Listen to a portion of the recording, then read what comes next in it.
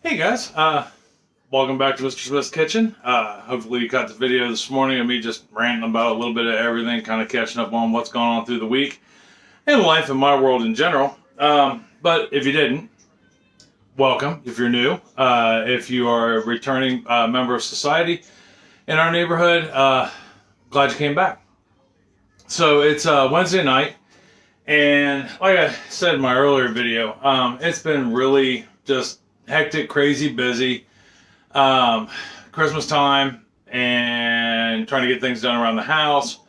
Baking a lot of cookies. Oh my gosh, have we baked a lot of cookies. Wait a minute, I gotta show you these things I made today. They're so cool. Hold on. Tell me those aren't the coolest Christmas wreaths edible ever and completely edible. Those are wreath candies and they are awesome. And it's nothing more than marshmallows and cornflakes, basically. So, I mean, maybe you've made them before, maybe you've seen them before. I never saw them before this year. Thought they were fantastic, so I made some. But anyhow, made some of those today. Did some more work on the fish tanks. We had a small accident happen. Well, actually, it was a large accident happen with Abby, our youngest, that took the lives of several of our fish, but that's okay. Gives us an opportunity to start over fresh with some new fish. Although I will desperately miss the fish we lost, but that's okay. It does happen. But anyhow, so with it being Wednesday night, and we still got some things to do around here. Me and Sarah got to take off to go to Target, or Target as most of you may know it. But I really want to try this recipe Chris had found online. Now we're doing a French dip, okay, which is, sorry, I had something to drink. I'm so thirsty. It is essentially a roast beef sandwich with provolone. Normally comes on a roll, almost like a sub roll, and has a au jus, I think is how that's pronounced, dipping sauce on the side. You just dip the sandwich in, and it tastes delightful. I've had several of them going out to eat in the past. Have never made one though. This particular one is more like a sandwich, and it's done on crescent rolls. So I thought that would be fun. I'm pretty sure she got this recipe off of the website Delish, at delish.com, something like that. But I'm pretty sure that's where she got it from. So if you want, check them out. I'm sure they have lots of great recipes. I don't know. I'm more of an all recipe type of guy. Not that delicious, but I'm sure they're great. They've been around for a minute. But anyhow, this does have a few moving parts, but it's not hard. It's not difficult. It's not anything we can't do together. Like I said, I've never made this before, but we're going to make it work. As always, wrote it down in the notebook. And the first thing we're going to do is check our oven, make sure there's nothing in there, like a cast iron pan, because that's what we do here. I now have two that hang on my wall. As you see, one's missing because it's down here on the stovetop, and one in the oven. So we're going to put our oven on 350 degrees and get that going, because we're eventually going to need that. I am going to remove my laptop from the counter, checking out the evening news. Always good to know what's going on in the world. Although I will say lately, the only things going on in the world are just COVID and shootings. That seems to be the two biggest things. Although I did just see on the news this really cute story about last year at Christmas time, this gentleman out in Phoenix, Arizona had put a toilet in his front yard as part of his Christmas decorations to show just how bad 2020 sucked, was down the toilet. And people on the street started decorating the toilet in his yard, just on their own, just started decorating. So this year, he put a porta potty out in front of his house, and the entire neighborhood came out and decorated it, and it looks great. I mean, even for a porta potty, it just is so well decorated by everybody in the neighborhood. But I thought that was fun. That was a nice little story. All right, so let me get you down here where we can see things, and you don't have to look at my beautiful face. And we'll take it from there. All right. Give me just 1 second. All right, so this does have a couple, 2, 3 moving parts to it. I know you're looking at that going, holy cow, what is all of that? Well, this would be what we need to make this with, but it's not hard. It's not like we're dumping this all together at once, but we will need the following, okay? We will need 2 medium onions, just plain old yellow onions like you'd buy in the bag, 3-pound, 5-pound bag or whatever it is of onions. 2 of those, and you're going to want them thinly sliced, okay? So, thinly sliced, like that. And that's, seems like anything that involves a French onion, because like the French onion chicken we made a long while back, thinly sliced onions. Kind of like French onion soup. This is almost like a French onion soup, only we're separating the parts. So, first thing we're going to do is, well, here, let's go through the ingredients list real quick. We need 2 medium onions. We need a 1/4 cup of whole grain mustard, okay, and that's literally just the mustard is still in its grain form, all right? And if you can't find this, that's fine. Just use a stone ground mustard. Much like anything else you cook, you can adjust. We will need 1 tablespoon of Worcestershire sauce. We will need 1 cup of beef broth. We will need salt and pepper to taste a few different times. I'm going to run with about 1/8 to 1/4 teaspoon per time of use. We will need 1 garlic clove minced. Now, if you have a giant garlic clove, use 1. If you have small ones, use 2, or put as much as you like in it or as little. Yeah, that goes without saying. We're going to need 1/4 to 1/2 cup of fresh chopped parsley. We're going to need 2, or a total of 4, but you want them separated, sprigs of thyme, fresh thyme, okay? That's what fresh thyme looks like right there, and that's a sprig. And I've got them already de-sprigged, okay? And then we're going to need 4 tablespoons of butter total, 2 and 2, all right? Because we're going to do 2 different sautés, so to speak. And then you will just need a pound of, or a 1/2 pound of deli roast beef. I actually have a whole pound sitting out here because we may want more on ours. Who knows? And you're just going to need some provolone cheese, all right? Slices. Or you can use fresh provolone cheese if you'd like. I just picked up provolone slices. I didn't have any block, and the deli wasn't open when I went this morning to the store. All right, so the first thing we need to do is turn our oven on, our stovetop on, and we're just going to melt 2 tablespoons of butter. All right, wrapper off the butter. And if you didn't know, 2 tablespoons, if you look right there, it tells you tablespoons on the wrapper. So you can never go wrong with that, whether you're cooking, baking, or otherwise. So we'll get this butter melted, and then we just got to saute the onions. All right, so the butter's melted, or at least very close to being melted. Yeah, which is what we want. Finish getting that last bit in. And then the next thing we're going to do is caramelize our onions. All right, so we're just going to put our onions in here, and we're going to caramelize them. We're going to basically turn them a real dark color. Kind of like a saute, kind of. But I'm going to get these caramelized. I'll show you once I get them caramelized what they look like. And then when I come back, we'll take a look at those, and we will move on to the next step. So one thing I forgot to tell you is in our onion, we want to put in that first bit of thyme. All right, those first 2 sprigs. And you can put them in there whole. You don't have to put them in, you don't have to de-stem them. You can put the whole stem in there and everything. The stem is eatable as long as it's green and soft and not hard.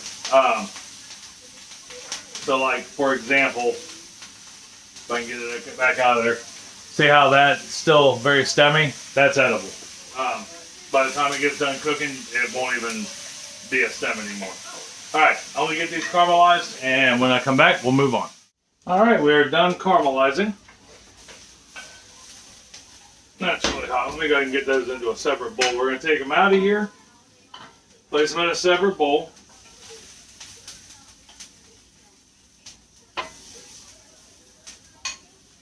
Because we don't want them to continue to cook. And then I'll show them to you as soon as I get them in the other bowl.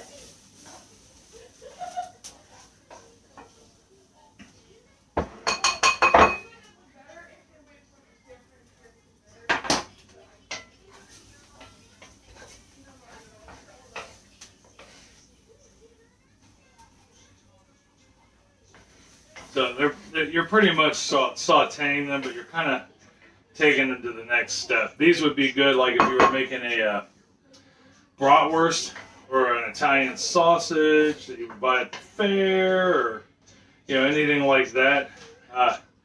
Green pepper and onion, Philly cheesesteak, whatever it takes. But right there we are. That is what a caramelized onion looks like. All right, so now let's move on to the next step. We got 2 more parts to do to this, and then we're done. All right, so you need a 9x13 pan, okay? It's a baking pan, or a casserole dish, 9x13.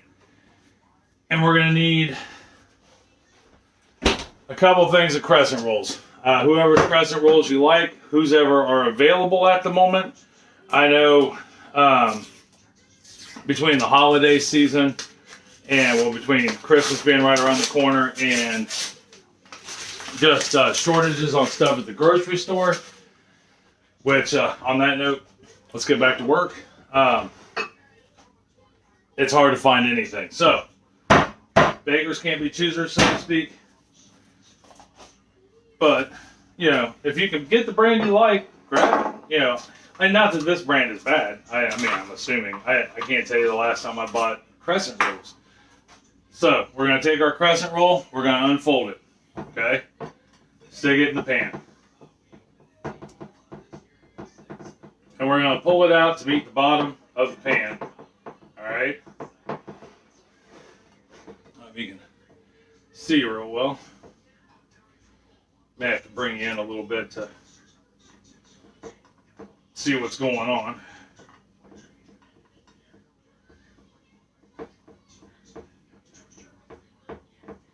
And then, if you can see how they got the little edge, cut marks there for the actual crescent roll, we want to get rid of those. Alright, so we're going to just push those together right quick.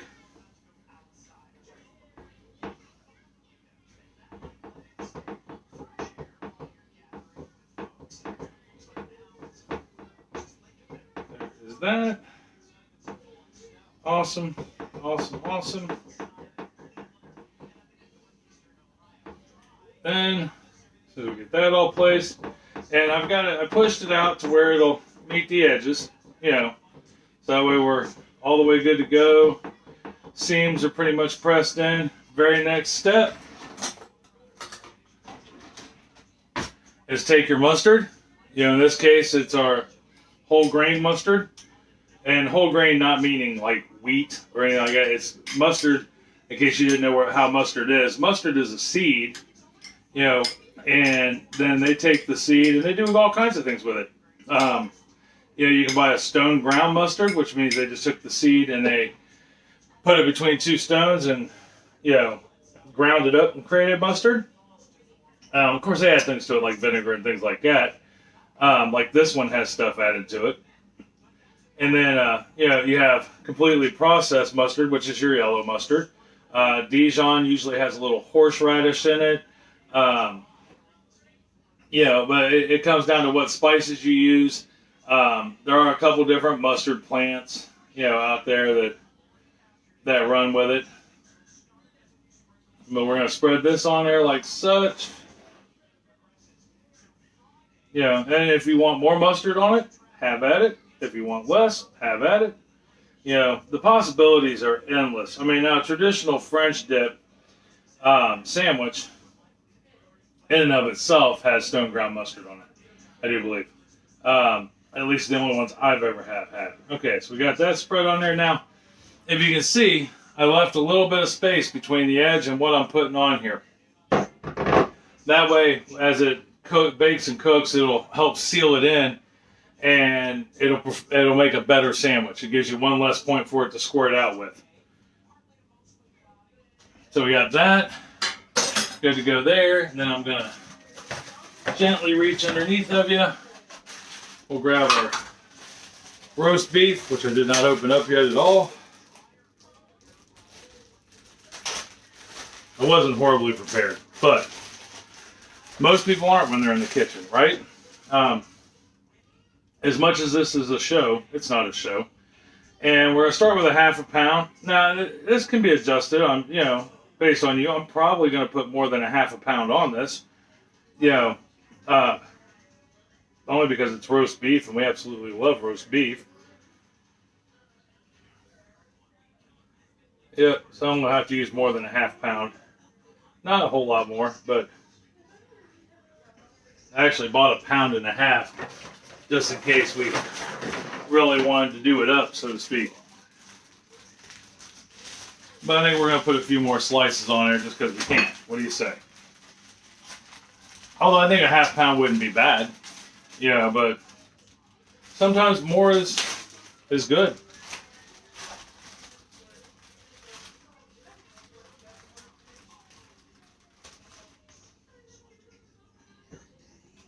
That down there like that. So I think we're going to end up with like 3/4 pound.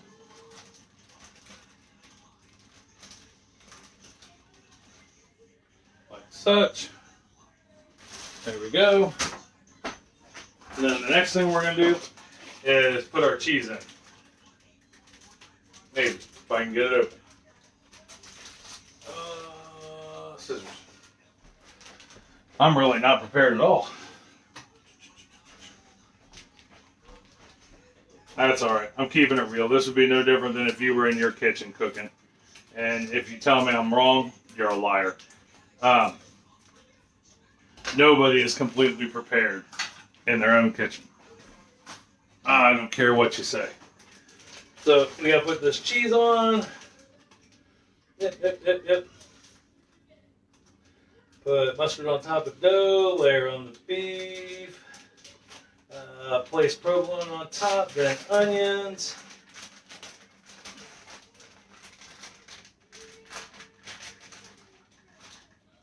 So we got our provolone on there. Now it calls for 9 slices of provolone. I just don't know if that's enough. Really. I could be completely wrong, but that just doesn't sound adequate. Or maybe it's a French rule. I mean, this is a French onion dip. And I know if French cooking is anything like French baking, they are very exact. Hands down. I do like the fact that it's got these handy dandy little papers in between them. That's kind of nice. So you know what? We're going to do a little more cheese. I like provolone. I eat provolone almost every day at work. So we're going to run with 11 slices. What do you say? I think it sounds good. I could be wrong. Alright, get that set aside there. Then the next thing we're going to do is put our caramelized onions on there.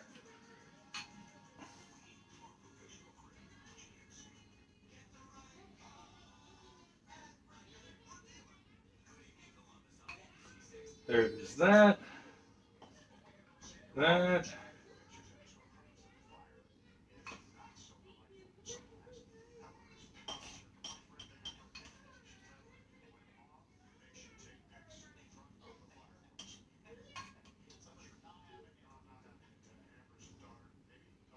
There we go, like that. Set these down to the side. By the way, these songs rated #1 by America's Test Kitchen for ease of use. Boom, right there. Awesome tongs. All right, so next thing we need to do, put the top layer on.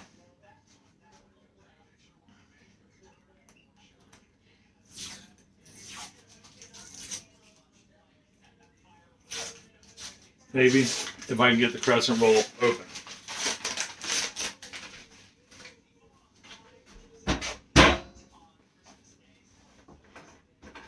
Take this off to the sides.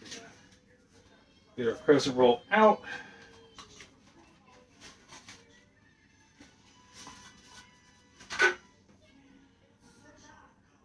And once again, obligated to tell you, make sure you have clean surface to work on, hands are washed, so on and so forth. Alright, so we're going to take this and just lay it on top.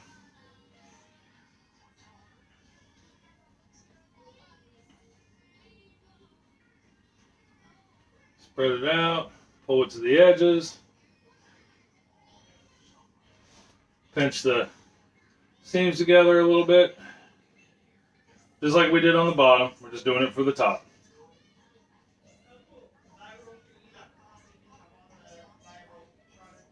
There it is. And then we'll tuck these edges down in there. Tell you it's going to help hold the sandwich together as it bakes, just like that. Get our edges pinched together.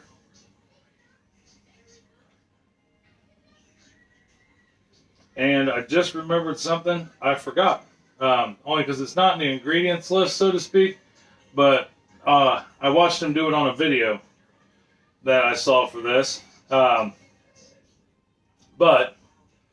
we will make it happen all the same.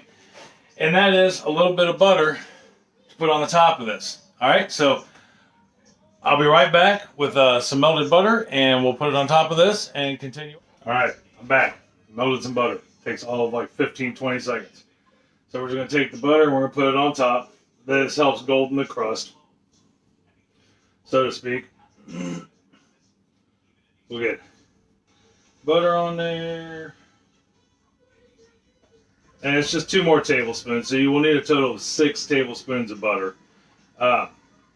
2 to saute your onions with. 2 to put on top here to coat it down. You may not need the whole 2, but 2 to be safe. It's close. And then you'll need another 2 when we make the sauce that we'll dip our sandwiches in. All right, so we got our butter on there. Yeah, see, it took almost 2 full. Yeah, there's hardly any left in there. Yeah, and you don't have to drench it. Just make it look shiny. And then after that, we're going to put on salt to taste. You know, like I said, maybe 1/8 of a teaspoon. We're not big salt eaters. You know, you're putting just enough on there to enhance some flavor. Okay. I did not salt the onions. You can. I did put a little bit of pepper in them though. So yeah, but the choice is up to you. You don't need salt and pepper to caramelize, but it helps. And like I said, we're not huge salt eaters. And the last thing we're going to want to put on this is some parsley. Yeah, we're just putting a little on there to make a difference.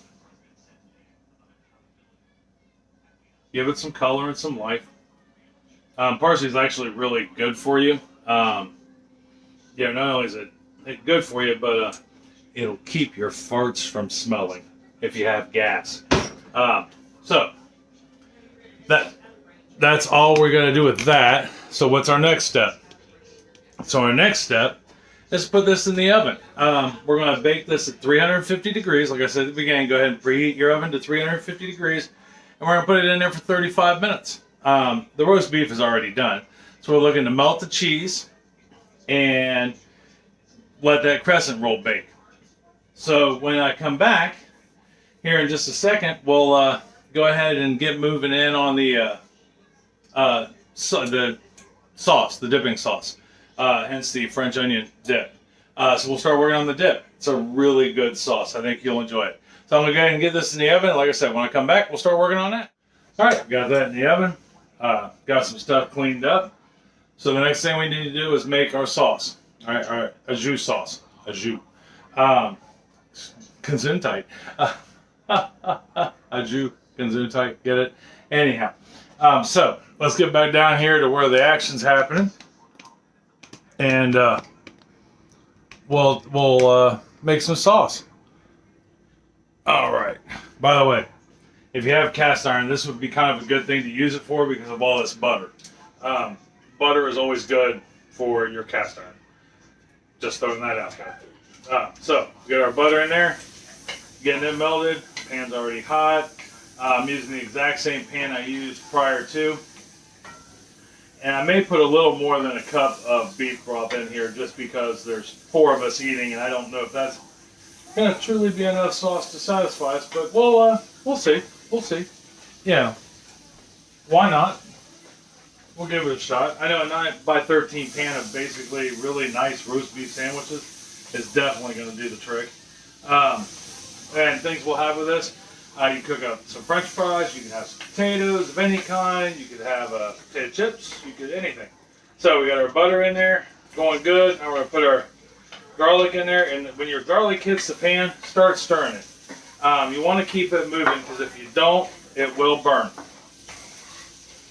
Alright, once you got your garlic in there and you got it just slightly, brown, not quite sauteed, you don't want to burn it. Last thing you want to do is burn it. Your garlic, it'll taste horrible. Alright? It takes all of 3 seconds. Just the time I've been sitting here talking. So the next thing we're going to do, add our cup of beef broth. We're going to add our Worcestershire sauce, that 1 tablespoon of Worcestershire sauce. That is a liberal tablespoon of Worcestershire sauce. We're going to add in our other 2 sprigs of thyme. We're going to add in some more parsley.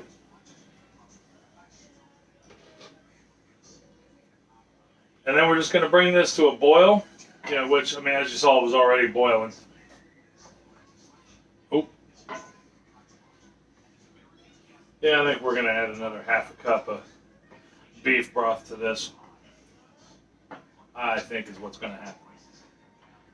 We also want to add salt and pepper to taste. All right. So about 1/8 teaspoon of salt, about 1/8 teaspoon of pepper. Boom. Done. I am going to get some more beef broth out. And I apologize now if you didn't see any of that happen. But it was literally, I just now noticed that I was probably in the view of the camera. So pour just a little more beef broth in there, about a half a cup's worth. Should cover the 4 of us.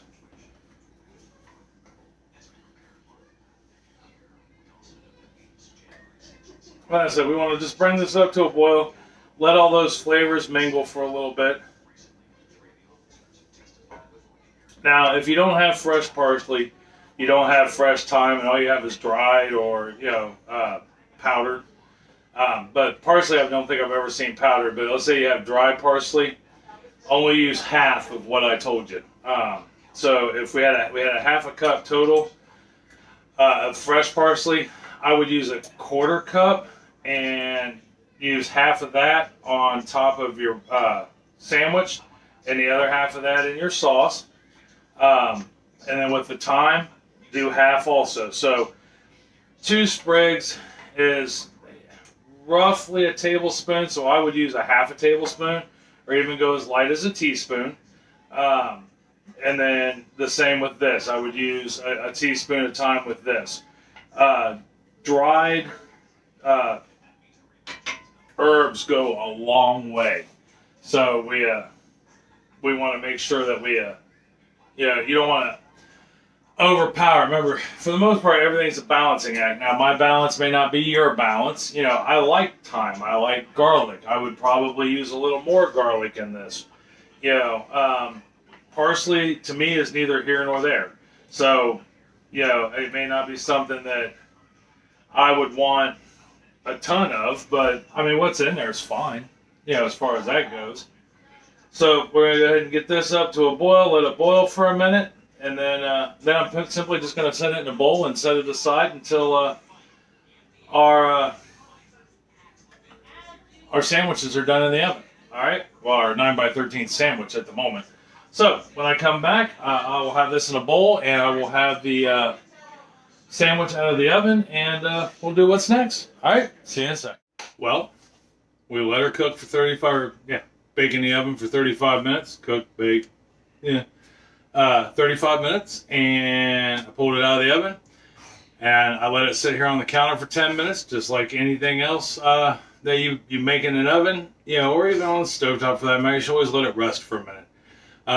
Like I've said before, it gives it a chance to settle down, even on a molecular level, and just relax, and finally get to truly know each other. It's like when you're baking something, it's like two people coming together, and as it bakes, that's kind of like dating. You're dancing around, you're going out, you're hanging out with your friends, so to speak. But then after you get done baking, we're dating, both ending in ing. You settle down, you get married, relax, grow old together. That's what we let this do. All right, so let's take a look at it. And we get you down here, and I'll bring it up closer to you so you can see it. But I know you're saying to yourself, Brian, it just looks like a giant crescent roll with some parsley on top. And I mean, that's kind of what it is. It's almost like a stuffed crescent roll, although it's not a crescent roll because it's not a crescent moon shape. But there we are. That's what we're looking like. See how those sides closed up together, to form in harmony. So now all we gotta do is cut us a piece. Oh, let me go get the sauce. What would life be like without the sauce? Oh.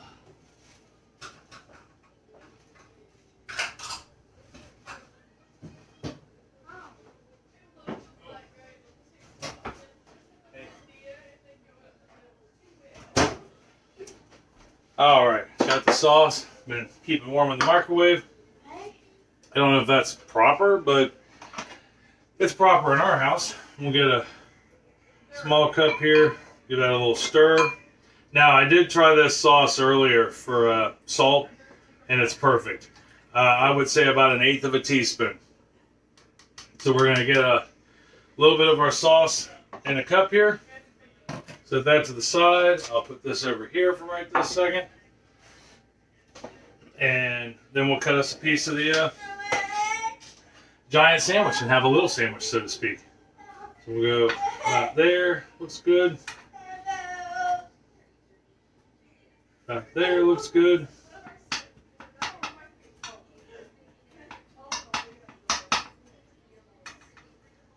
Make sure we're all the way through. Ooh, I can already see the cheese is going to be delightful. Good there. Now, I did not grease the bottom of this pan because the instructions did not say to. And so far we're in pretty good shape. Yeah, look at that cheese. Just piling out of there. That's the beauty of provolone. Provolone's a lot like mozzarella, as in it likes to be stringy, which is kind of nice. And there is our sandwich right there. Of course, it's a corner piece, but I can already tell you from looking right there, that looks gorgeous. I can't wait to have a centerpiece. But corners are always important, right? So let's get up here where I can see your beautiful face, and it is beautiful, as always. Yeah, nothing ever changes in that aspect. You always look good, even when your makeup's a mess. You look great, unless you don't wear makeup. And that doesn't matter when you don't shave for days. You look great. All right, so with this, all we're going to do is take this, dip it in here, and then take a bite. Hence the French dip.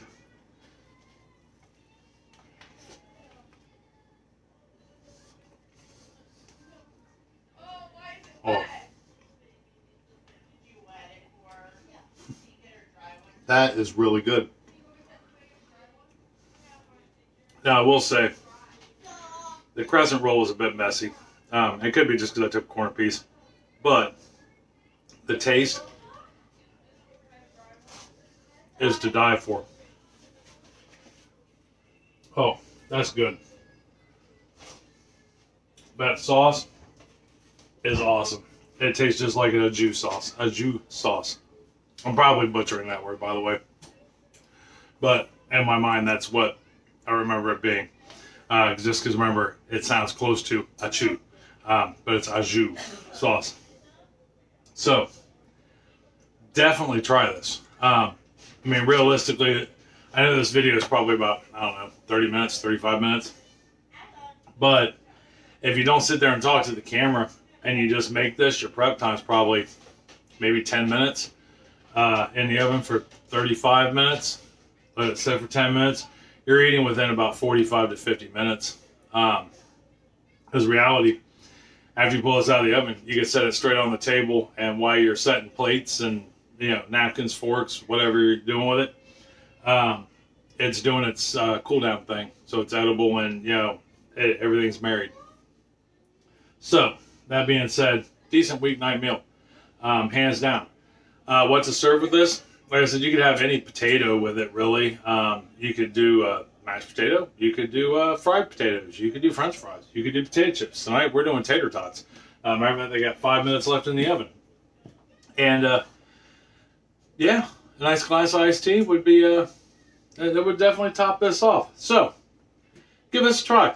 Let me know what you think, because I think it tastes wonderful. I'm glad Chris found this recipe. If you think so, let me know. Always like comments. I don't know why I'm thinking about it, because I know I didn't say it at the beginning of either of these videos. If you are new to my channel, don't forget to subscribe. Our community is small but growing, and we all try to be good neighbors to each other. Like button, thumbs up, thumbs down. I appreciate either one. Either one is fine. Comments are always welcomed. All I ask is you think before you type. You don't have to agree with me. Like this here. You can tell me, oh, Brian, it was great. I'm glad you shared this with us. Or you can say, Brian, it was horrible. Why did you even bother to make this? Or if you did something different, let me know. All I ask is you think before you type. Keep it respectful. It's okay to disagree, but disagree respectfully. But that being said, comments are always welcome. Love comments. But yeah, if you didn't like this, let me know. Let me know if you do something different. I'm thinking mushrooms would be good with this also. I mean, that's not a true French dip, but mushrooms would be good. Spice it up a little. Other than that, I think we're good.